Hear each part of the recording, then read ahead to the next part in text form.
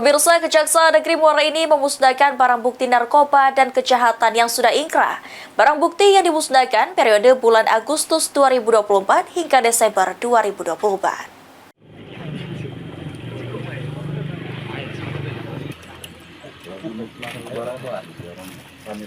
Kejaksaan Negeri Muara ini memusnahkan barang bukti narkoba dan kejahatan yang sudah ingkrah. Barang bukti yang dimusnahkan periode bulan Agustus 2024 hingga Desember 2024. Kepala Kejaksaan Negeri Muara ini, Rudy Iskandar, menjelaskan pemusnahan barang bukti ini merupakan bentuk komitmen Kejari dalam menangani perkara pidana, terutama untuk perkara narkoba. Meski perkara narkoba yang dimusnahkan masih sama seperti tahun sebelumnya, barang bukti yang dimusnahkan dari 151 perkara terdiri dari 58 perkara narkoba dan 93 tindak pidana umum lainnya yang sudah ditangani tim Kejari Muara ini. Perkara di bulan Agustus sampai dengan sekarang yang kita musnahkan terdiri dari narkotika sebanyak 58 perkara.